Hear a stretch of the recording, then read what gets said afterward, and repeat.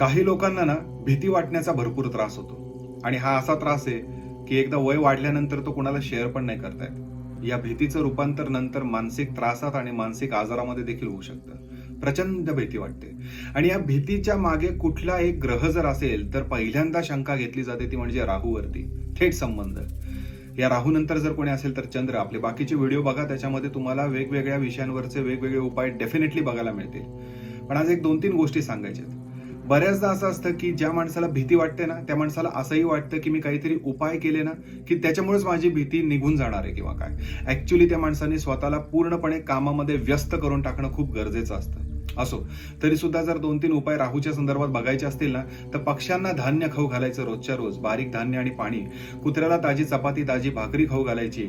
महामृत्युंजय मंत्राचा रोज 108 वेळा जप करायचा आणि दर शनिवारी शनीचं दर्शन घ्यायचं. शिरीष कुलकर्णी, श्री श्रद्धा ॲस्ट्रोलॉजी.